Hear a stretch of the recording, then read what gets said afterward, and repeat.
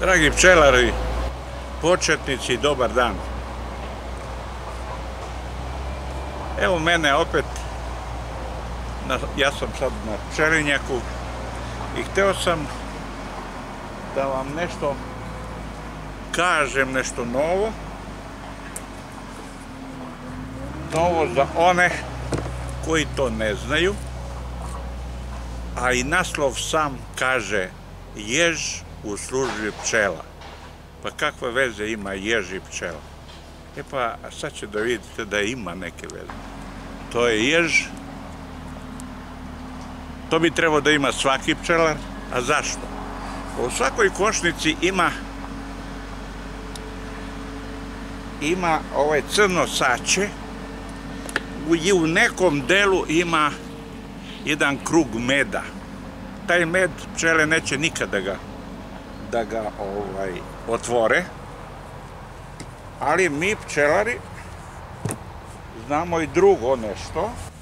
Ja sam ranije, dok ovaj jež nije izmišljen, ja sam ranije uzeo na satnoj osnovi gde je taj med, ja sam napravio ovako, sa pčelarskim nožem, sa ivicom, sa ćoškom, tako, i vratio ga nazad u košnicu. Međutim, pčele uzimaju samo ovo gde je ogrebano, a ovo opet ostaje. A taj med ne može da se koristi, niti može da se vrca, a nije praktično ni da se koristi u ljudskoj ishrani, s obzirom da je to nekoliko puta ili 2 puta u jesen i u proleće tretirano, mada je karenca, ajde da ne idemo previše u detalje. I sada su oni izmislili jež. Jež je fantastična stvar. Znači, tim ježićem, evo vidite, on se vrti, znači, samo prođemo sa ježem tamo gde je med, ništa drugo. Ovaj jež otvara svaku ćeliju, vratimo ram nazad u košnicu i do sutra dan taj med je prebačen gde one smatraju da treba da bude. Onda izvadimo taj ram, s obzirom da je on već crn, izvadimo ga iz košnice sa još drugih ramova, evo ima još jedan. Znači ovde u ovom ramu matica neće da zaleže, med teško će to da se deponuje, osim ako baš nema mesta u drugom delu. Znači ovo treba barem jedan put godišnje ove crne ramove pretopiti u vosak. Taj vosak ode se kod tamo proizvođača, zameni se, uzima se satne osnove, daje se vosak i to je završen posao. Ali to treba da se uradi jedan put godišnje. Kako treba vosak da se topi? Na koji način? Ima mnogo vrsta, mnogo načina, ne vrsta. Znači, mnogo načina. Jedan moj najjednostavniji način jeste u jednoj vagli sipate malo vode, založite vatru i malo prokuvate.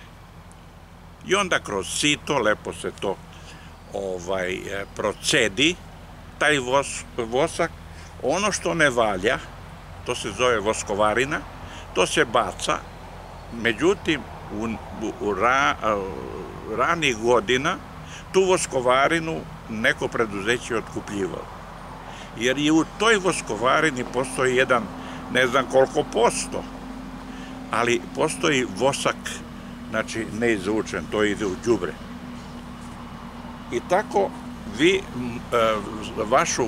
vaš pčelinjak uvijek držite u jednom, kako da nazovem to, pripravnom stanju, da uvijek matica u nove ramove polaže svoja jaja, a nove ramove, to znate, u proleće ih stavljate i polako ove stare liferujete. I onda jednog dana kada imate dosta toga, uzmete i to istopite, zamenite i to ide sve opet u krug ide to. I tako. I eto, ja mislim da vam je bilo jasno šta znači ovaj jež u službi pčela. Evo vidite, to svaki ovaj segment, on se vrti. Vrti se, lepota je. A dragi pčelari, evo to je to. Za sada nemam trenutno ništa novo. Ali nikad se ne zna. Možda će biti. Pa, a tako, do sljedećeg priloga učite, krenite što pre sa pčelarenjem.